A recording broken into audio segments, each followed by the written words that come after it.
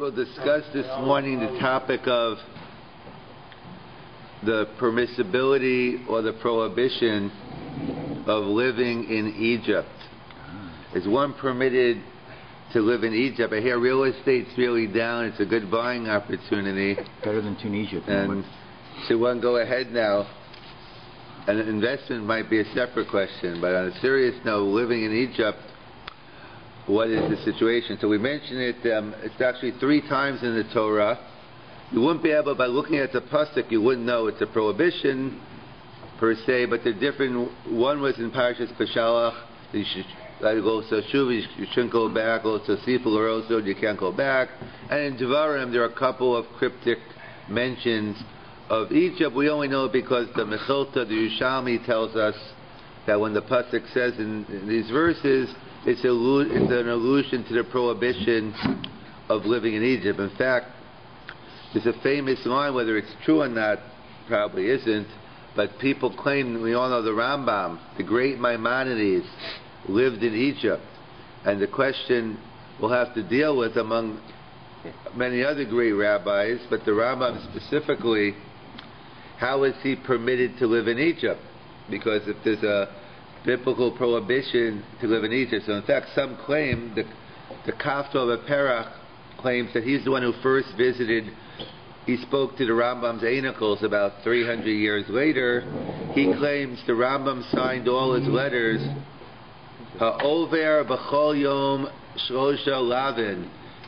As I live in Egypt, every day I violate 3 separate prohibitions, which is referring to the 3 verses in the Chumash, which is a separate topic, not for tonight, whether you actually, assuming it is a violation, do you violate 1, 2, or 3. But they say the famous language of the Rambam, he writes, I live in Egypt, and what could I do? Ha'over b'chol yom, I'm violating every day 3 prohibitions of living in Egypt. So it's difficult, number one, to say the Rambam was living in, violated Issa Daraisa every day as many years as he lived in Egypt. But even without, from that point of view, we never find one letter where the Rambam actually wrote this letter. We have many writings of the Rambam. We don't find one time with the Rambam writing this. And in fact, Avaji Yosef, in one of his tshuvas, when he was asked, not that long ago, when they had the peace treaty in Egypt, so the reporters asked Avaji Yosef, I guess they were Sephardi, they asked Avaji Yosef, are we allowed to go down as reporters to stay in Egypt for a while because of the prohibition? So in his tshuva he writes about people say about the Rambam, and he also says it's not true. The Rambam never wrote and did not violate 3 lavim every day. However, the question still remains then, how did the Rambam live in Egypt? If there's it seems to be a biblical prohibition to live in Egypt, so how was the Rambam permitted to live in Egypt, and among many other greats? So there's one answer from the Ritva. We'll see many of these answers might be good answers, but they're not going to help us with the Rambam. The Ritva writes that when do we say there's a prohibition to live in Egypt?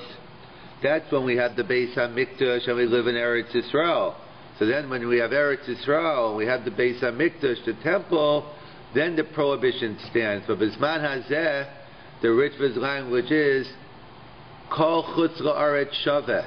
There's no difference. Once you're living in Chutz La'aretz is the same whether you're living in Hamilton, Toronto, New York, Egypt, it's all the same. There's no special additional prohibition of living in Egypt. So the Ritva limits the prohibition of living in Egypt only when we're living on the land and we have the Beis HaMikdash.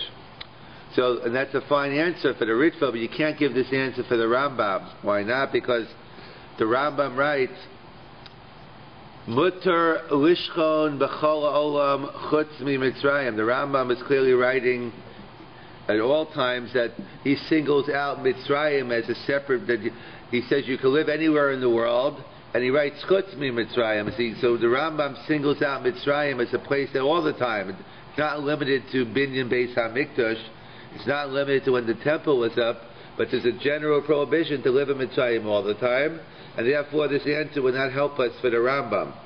So we have to come up with another answer how the Rambam was permitted to live in Egypt. So others suggest, Rav Castro, the Marikash, says that perhaps, you know what the issur of living in Egypt was? It's only on the place where the Jews was enslaved. The part of Egypt, which maybe be a discussion which parts of Egypt it was, but the parts of Egypt where the Jews were slaves, that's where the prohibition. But he claims Cairo is a new city, wasn't around during that time, that area. It wasn't Egypt, and therefore there's no prohibition. The Rambam lived in Cairo, and hence he claims that the prohibition of living in Egypt does not include Cairo. In fact, he wants to bring a proof from Hilchos Gittin, the laws of divorce. What does the laws of divorce have to do with living in Egypt? Because we know when you write in a get, you have to write the place.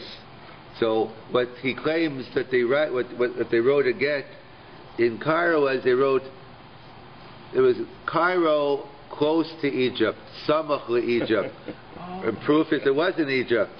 And therefore he wants to claim, I guess like people write Thornhill, Samach Toronto, is that what it, however it works. But either way, he claims that it wasn't, that there was no prohibition to live in Cairo, because Cairo was supposed to be the new Egypt. It wasn't around, it wasn't considered Egypt during that time, and the special prohibition is only where the Jews were enslaved. However, if you look at the Rambam, and the Rambam talks about the borders, the parameters of Egypt, it doesn't seem, he seems to include that whole area. So it's hard, again, it's a good answer, but it won't help the Rambam, because the Rambam seems to include Cairo in his definition of Egypt as well. So we're back to our problem, what does the Rambam do? So we'll suggest a third explanation. There's a famous answer from the Sefer HaYereim. Mimitz, one of the Rishonim, he has a very interesting take on it. He says, the pasuk says, don't go back by derech hazeh. So the Sefer Yereim points out the issur of going, the issur of living in Egypt, of going to Egypt, is only going from Israel to Egypt. That the prohibition was from Israel. If you're in Israel now, then you can't go to Egypt. But from Morocco to Egypt, or from Canada to Egypt, or to America to Egypt, that would not fall under the prohibition. In fact, it's hard. In fact, some of the Rishonim even say even more than that. They say not. They limit the prohibition. They claim, and one of the Ethiopians who claims he took the Ethiopians back to Egypt, or when he was passing by, so he wrote. And you know what? I made sure not. So someone is saying the prohibition is specifically the way the Jews left Egypt to go to Israel. That's the only time it's prohibited. And in fact, so he writes, and I made sure that when we went from Israel to Egypt, I didn't go back the same way the Jews. I guess it's pretty hard to follow. What's difficult is, number one, to say you have to go, the whole route. Who's going to take that? I don't think the planes are going to take that route. But the route is difficult because, number one, it says, the Gemara tells us in Sukkah, the Anshe Alexandria, they were punished because they went back to Egypt. It's difficult to say they were such lahachas that they took out the map and said, let's go here. How did they? So it's pretty hard to say that they went back. That they went back that route. But you have those Rishonim who say the issur is specifically from Israel to Egypt, and not only that, but specifically that route. Again, it's a potential terror. It's difficult in its own right, but you can't say that in the Rambam because why? Could we move into Salamdis now? Why can't this be pshat in the Rambam? Because according to the Yereim, what is the prohibition of Egypt? The prohibition isn't necessarily living in Egypt.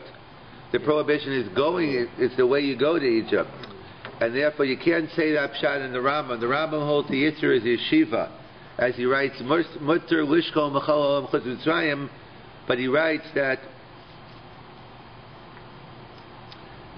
the Rambam writes that one who violates this prohibition and lives in Egypt, he does not get a good old-fashioned whooping, no makas, no lashes. Why? Because the Rambam says it's a lav she'ein bo ma'isa. It's defined as a lav. In general, to get a punishment, you have to do an action. So the typical lav is you do an act and you get the punishment. The Rambam writes, but the Rambam's kiddush is this is a lav she'ein bo ma'isa, but everyone agrees if it's a lav she'ein bo ma'isa, the Gemara tells us it's a negative prohibition that you violate passively. You do not get makis for it. So how is this a lav she'ein bo ma'isa? So the Rambam writes that there's sometimes it's permitted to go to Egypt temporarily. He gets into Shlomo HaMelech and all that, but basically the Rambam writes is for business matters. Let's say you have to make investments, you got to go to Egypt on business. It's permitted to go down there temporarily for business, but you can't as long as you don't stay there permanently. So you have, according to the Rambam, let's say someone goes down for business, temporarily, and he ends up staying. So that's a lav she'ein bo ma'isa because he went down when it was permitted. So when he violates the lav, there's no ma'isa, he's already there. And in general, that's the definition of a lav she'ein bo ma'isa. If there's a way that you could violate the aveira without a ma'isa, so even if one doesn't act, we still, in terms of classifying it as categories, it's defined as a lav she'ein bo ma'isa.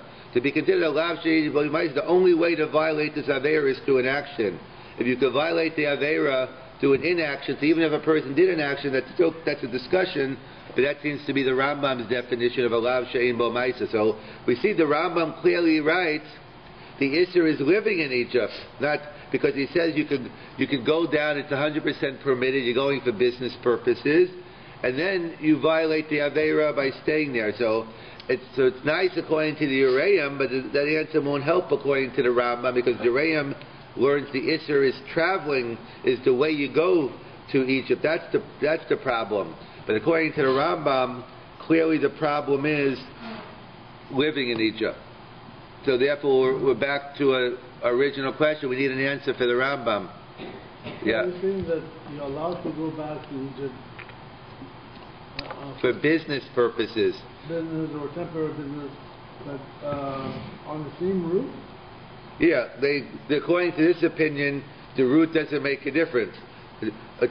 According to the other answer, you could stay permanently as long as you take a different route. But according to this answer, route's irrelevant. Which airline you fly, whether you go by camel, you go by car. This answer is focusing on, well, according to the Rambam, I'm saying, according to the route, then it'd be a problem. It'd be how you go back, not that you're there. According to the Rambam, the problem is you're there, not how you got there. We don't really care how you got there. So therefore, again, according to the Rambam, it doesn't help us. According to other rabbis, maybe they accept some of these reasons we've given. But according to the Rambam, we still need an answer. Well, how did the Rambam live in Egypt? He seems to be in violation of the three lavim, or at least one of them. So Jeff. No, excuse me. Sorry, this is a kasha on the Rambam. What he said here, what he wrote. Right. The kasha is the Rambam we know lived. Fact of life, as far as we know, Rambam lived in Egypt. But according to his own interpretation. We want to give an answer. How, according to the Rambam, could he live there? Okay. Yes. According to according to other rabbis, so maybe they help on the other three answers we gave. But so far we have no justification for the Rambam yet. But then, according to how the Rambam signs his letters, it's not relevant. Yeah. No, we're saying it's not true. Okay, if it's not true, it's still a kasha on the Rambam. Yeah. No, exactly. Okay, yes. No, we're just saying whether he signed his letters, we still. Yeah. Okay. Good. Yes. We're saying he didn't sign the letters. We're assuming he didn't violate the Averas. So we're trying to explain how we're trying to say we're assuming the Rambam did not live in sin. Oh, the Rambam believed he did not live in sin. Exactly. We're assuming that. Yeah, we'll because get to. Apparently he's not defending himself. Exactly. Yes. Okay, got it. Nor does he ever. You have 6 minutes to explain it. So answer number 4.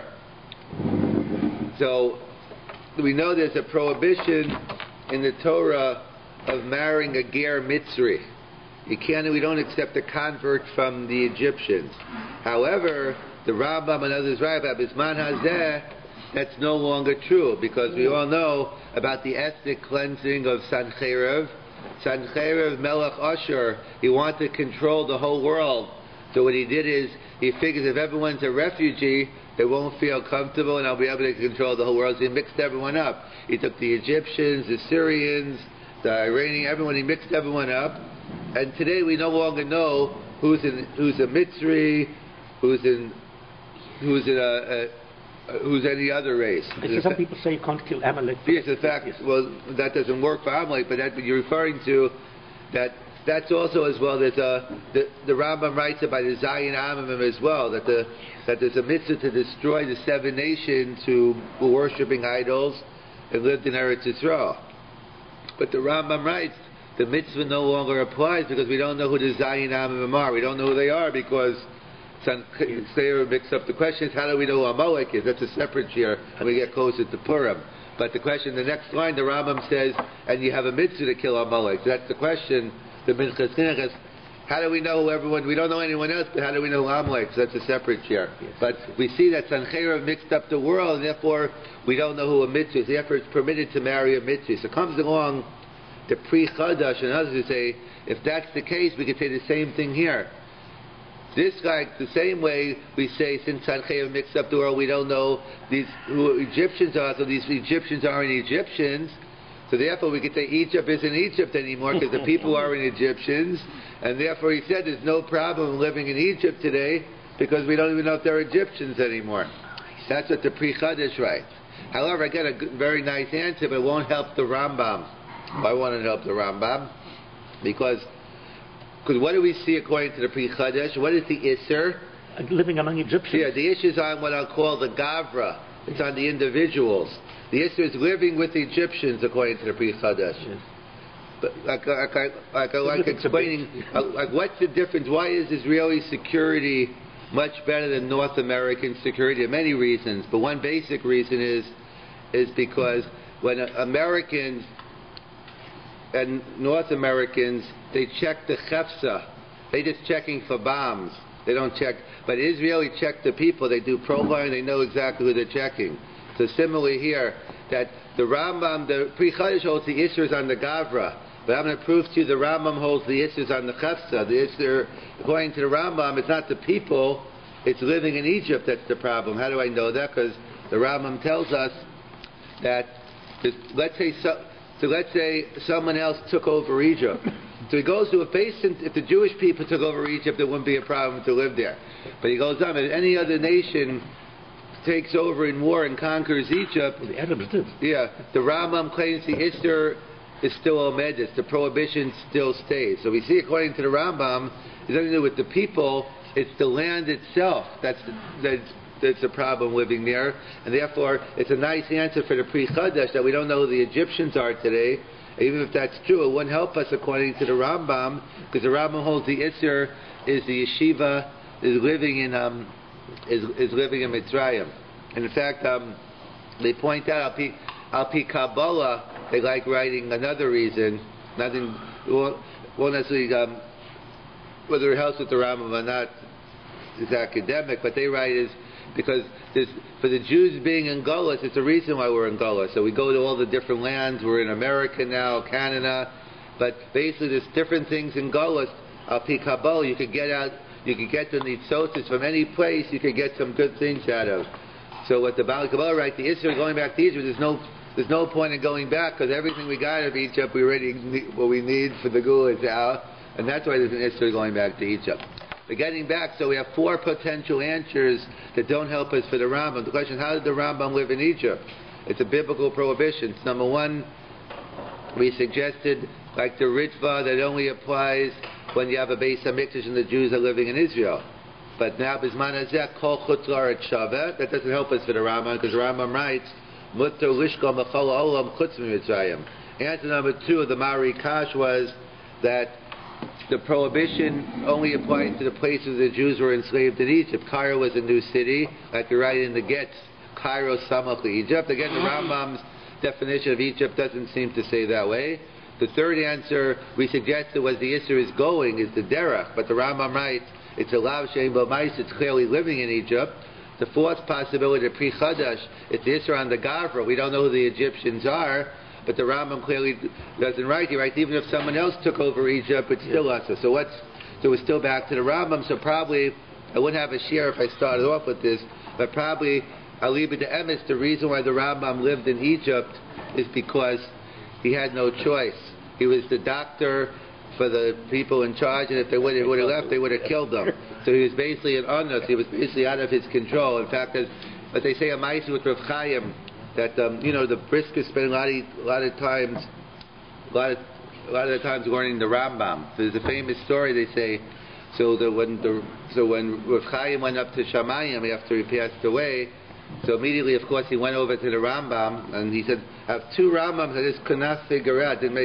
So he goes to the first Rambam, and the Rambam gives him this whole tremendous explanation.